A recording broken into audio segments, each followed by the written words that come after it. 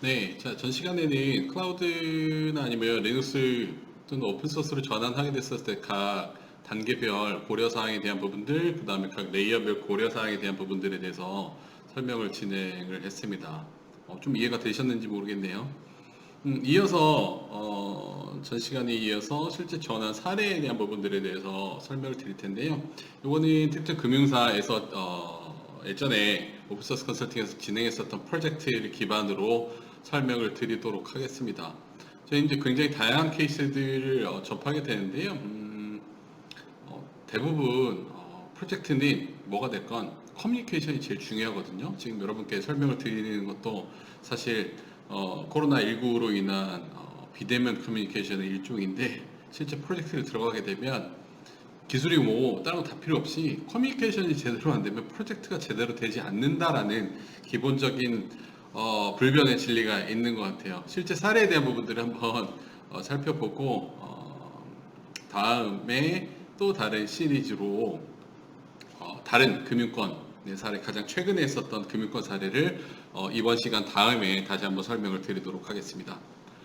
일반적으로 전환하게 됐었을 때 예상 리스크가 분명히 발생을 해요. 제일 많이 만나는 케이스를 지금 여기에다가 넣어놨는데 개발 유지가 안 되는 업무가 있을 수가 있어요. 소스 코드가 어떤 거는 없고 또는 개발사가 기존에 유지 보수를 하다가 다른 업체로 바뀌어가지고서 히스토리가 없는 케이스들도 분명히 있거든요.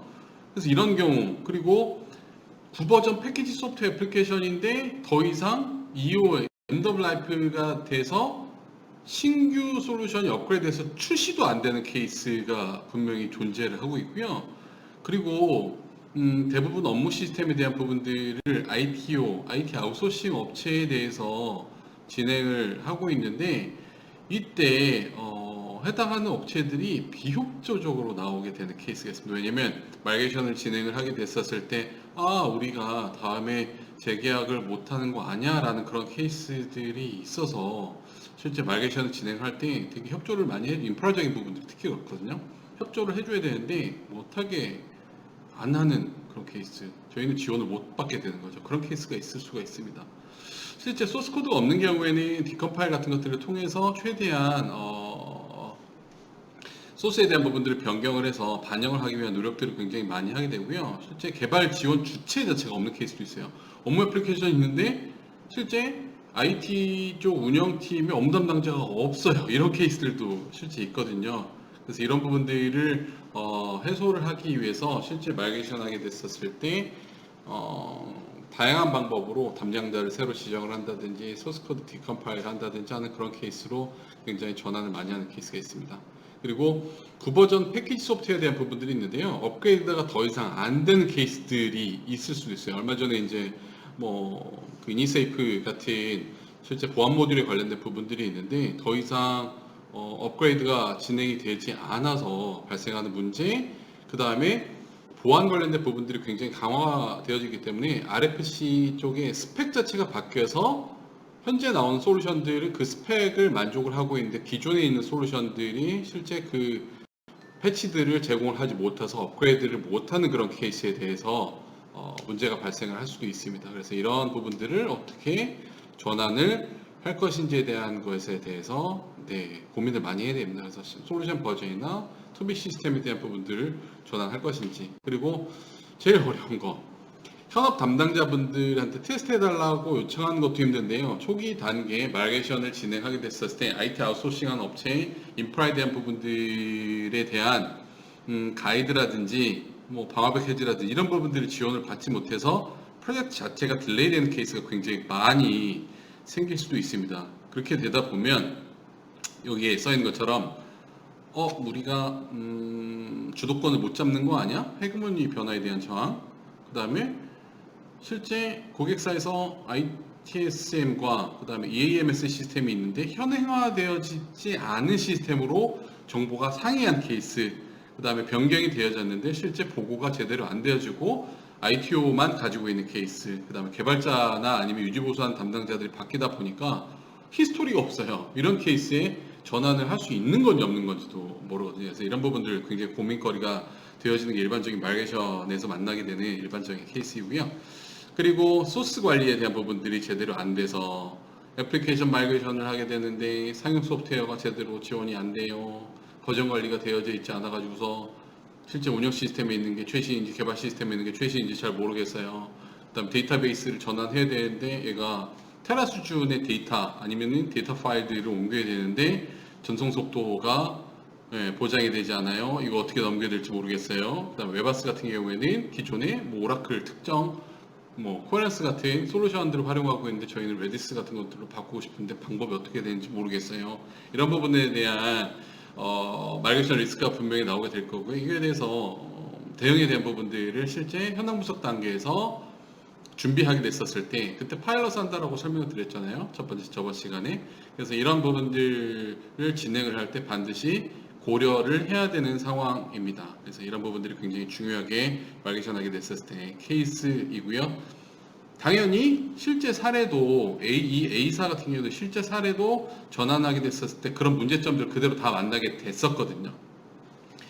최신 기술에 대한 부분들을 강화를 하기 위해서 오픈소스로 전환을 하고 향후 시스템 확장에 대해서 대비를 하고 있었는데 기존의 첫 번째 노후화된 시스템의 인프라, 그 다음에 안정성을 도모를 하기 위해서 유연한 IT 체계를 만들기 위한 노력들을 굉장히 하고 있었는데 이걸 이제 오픈소스로 전환을 하겠다라고 했었을 때 표준화 모델을 이제 수립을 하기 위한 노력을, 그래서 2차, 3차 프로젝트를 진행을 하더라도 이 표준화에 대한 부분들이 실제 투비 시스템에 적용이 될 수 있게끔 하는 고민들을 굉장히 많이 하고 계셨었거든요.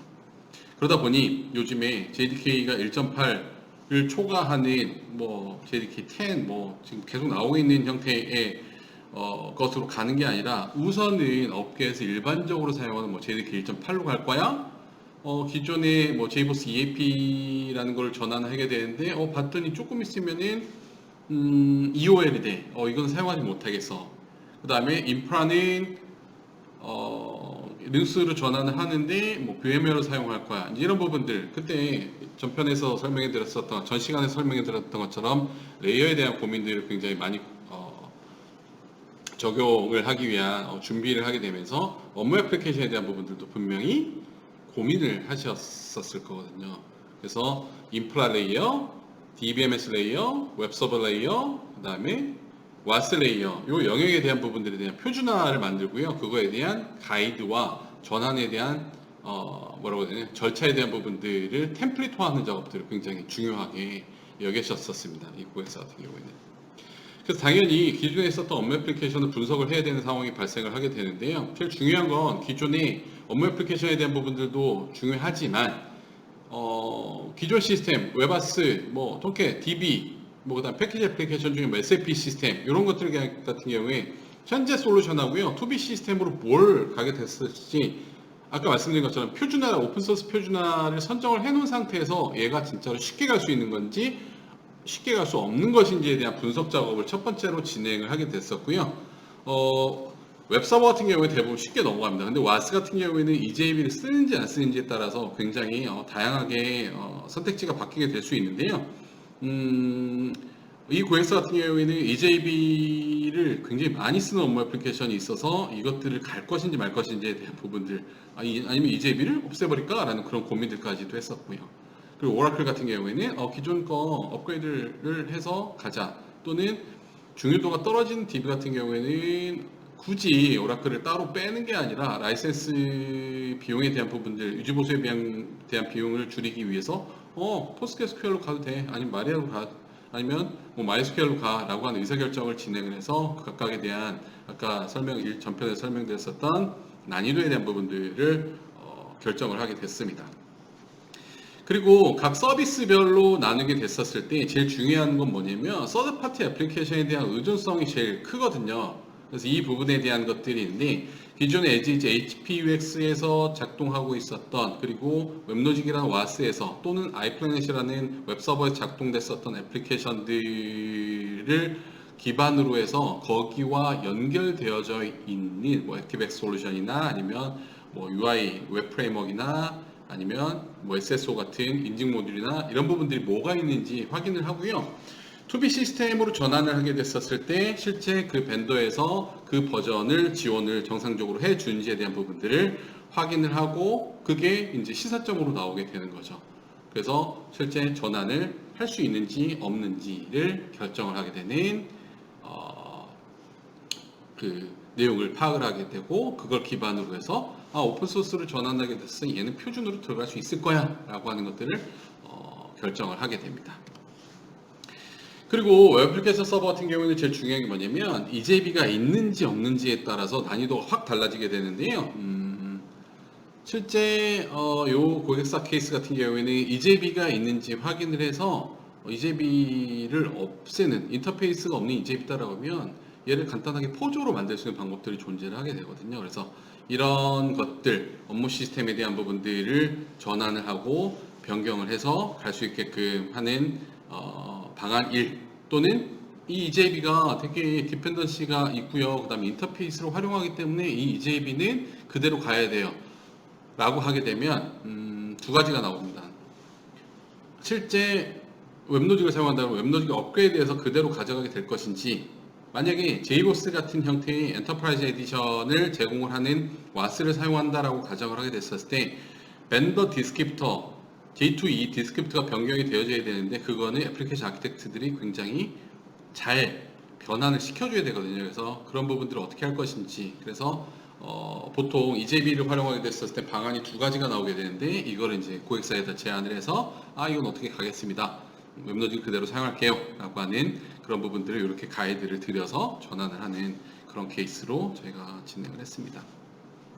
그리고 제일 중요한 게 이제 저희가 오픈소스 표준화를 시키게 됐었을 때 제일 중요한 게 뭐냐면 에지지 서드파티 솔루션이나 아니면 실제 기관계 애플리케이션을 구동시키는 소프트웨어들이 투비 시스템인 리눅스와 업그레이드된 JDK 환경 또는 업그레이드된 OS의 라이브러리 환경을 지원을 하는지 그것도 공식적으로 지원을 하는지에 대한 부분들에 대한 확인이 굉장히 중요하거든요.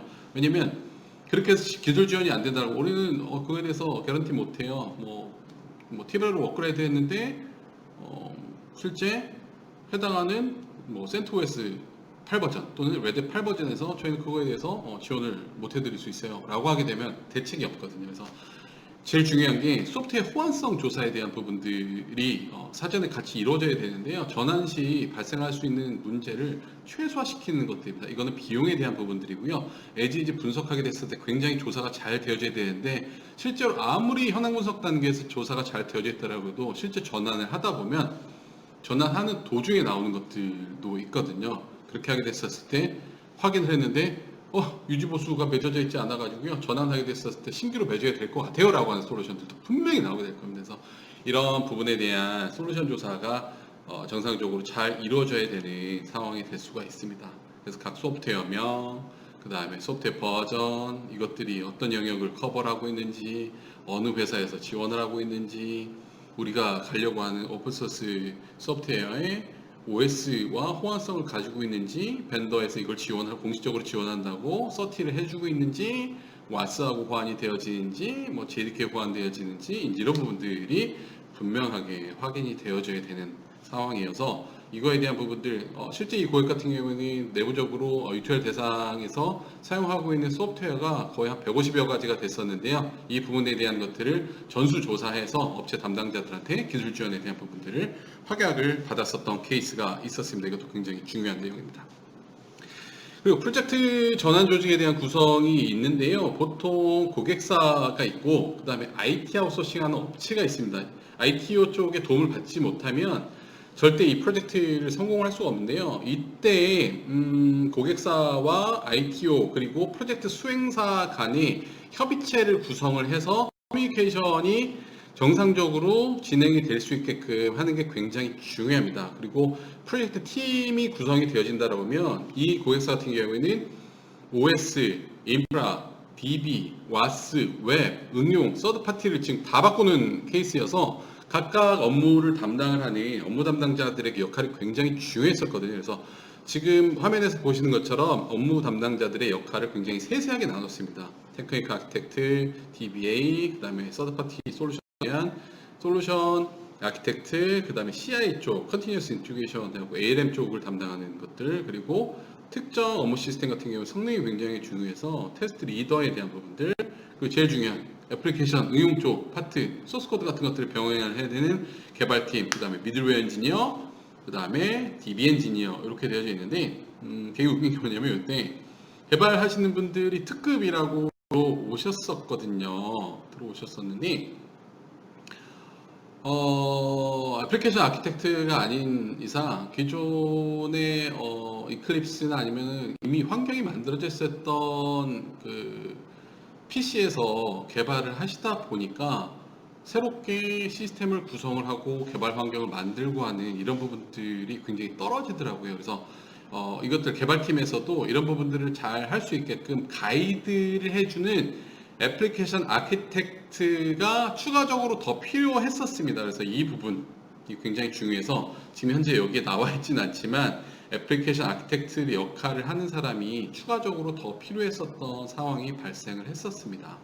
그래서 이런 부분들도 굉장히 중요하고요. 실제 이 프로젝트가 끝나고 그러면 우리가 뭘 잘했었고 뭐를 향후에 프로젝트를 한다라고 하면 무엇을 조금 더 고민을 해야 되나 한번 회고를 하는 시간을 가져봤었거든요. 고객과 함께. 그래서 이거에 대한 부분들을 정리를 했는데요. 실제 유튜브 프로젝트 2차, 3차를 지속적으로 더 확인을 해서 진행을 한다라고 하면 당연히 이런 네 가지 부분에 대해서 생각을 해볼 수가 있습니다. 애플리케이션 부분, 인력 부분, 그 다음에 확산을 하게 됐을 때, 즉 2차, 3차 프로젝트 준비사항, 확산 진행 시 필요사항. 제일 중요한 부분은 애플리케이션 부분에서는 소스 관리가 제대로 안 되어 있어서 최신 소스가 뭔지가 어려웠었던 케이스가 있었고요. 그리고 기존의 업무 애플리케이션이 굉장히 노화되다 보니까 CI/CD 기반 구성이 되지 않아서 얘를 표준 ALM 환경에 태우는 작업들이 약간 좀 어려운 부분이 있었고요. 그 다음에 애플리케이션 소스에 하드 코딩된 내용들이 굉장히 많았었어요. 그래서 이 부분을 프로퍼티화 시키는 작업들을 진행을 하는데 굉장히 시간이 많이 걸렸었고요. 인력적인 부분에 있어서는 프로젝트 인원을 따지면 고객사, 그 다음에 IT 아웃소싱, 협력업체, 솔루션, 서드파티 솔루션 업체, 프로젝트 수행사를 진행을 하는데 이것들을 한꺼번에 코디네이션 할 수 있게끔 하는 유관 협의체가 반드시 필요했는데 이런 부분들을 개별적인 커뮤니케이션 하다 보니까 굉장히 어려웠었던 부분들, 그리고 누군가는 해주겠지라고 하는 것 때문에 리딩에 대한 부분들, 그 다음에 담당자가 불명확한 케이스들, 커뮤니케이션에 대한 이력이 없어요. 그러다 보니까 이제 사실은 뭐 지라 같은 것들을 가지다가 이력을 확인을 한다라고 하면 나중에 2차 프로젝트를 하게 됐었을 때 비슷한 문제가 발생하게 되면 해결할 수 있는 방법들, 업체가 바뀌더라도 굉장히 심플해지거든요. 근데 그런 것들이 존재를 하지 않아서 이런 관리가 되게 어려웠었다는 것들. 그래서 이 인력 부분 R&R 같은 경우는 커뮤니케이션에 대한 어려움이 제일 컸었던 거고요. 그리고 확산을 2차, 3차 프로젝트를 진행을 하게 됐었을 때 제일 중요한 부분들은 뭐냐면 애플리케이션 아키텍트가 반드시 필요해서 전반적인 개발자들과 테크니컬 아키텍트, 솔루션 아키텍트들과 커뮤니케이션을 하면서 애플리케이션이 스무스하게 넘어갈 수 있게끔 만들어내는 게 되게 중요하고요. 그 다음에 빅뱅으로 절대 프로젝트를 진행하지 않게끔 여기 나와 있는 빨간색으로 나와 있는 것처럼 POC 수준의 사전 업무 전화 테스트를 진행을 해서 진짜 난이도가 어려운 거, 뭐 중간 거, 뭐 전편에서도 설명됐다시피 뭐 쉬운 거 이것들을 가지다가 지식 DB를 위키 같은 거에 대해 쌓아서 실제 전환하게 됐을 때 비슷한 케이스들에 대한 FAQ를 만들어내는 게 굉장히 중요합니다. 그래서 이렇게 해서 그런 부분들이 딱 베이스가 되어지면 향후에 프로젝트를 진행하게 됐었을 때 이 프로젝트는 실제 난이도가 이 정도이기 때문에 우리가 실제 맨데이 또는 맨먼스로 산정해 봤더니 이 정도가 들어가 보다 명확하게 산정을 할 수가 있거든요. 그래서 이런 부분들이 되게 중요하게 진행돼야 되는 내용이고요. 실제 확산을 진행하게 됐었을 때, 즉 U2L이나 U2C 또는 클라우드로 전환하게 됐었을 때 제일 중요한 건 뭐냐면 전체를 관장을 할 수 있는 전체 담당자나 업체, 그 다음에 시스템들을 다 아우르면서 볼 수 있는 프로젝트 매니저의 역할이 굉장히 중요하게 되고요. 그리고 애플리케이션 전환하게 됐었을 때 각각 태스크나 커뮤니케이션 하게 됐었을 때 이력을 관리할 수 있는 시스템이 굉장히 중요합니다. 그걸 하기 위해서 보통 지라 같은 것들을 와 컴플런스를 많이 도입을 해서 요즘에 프로젝트 같이 하고 계신 케이스가 굉장히 많이 있습니다.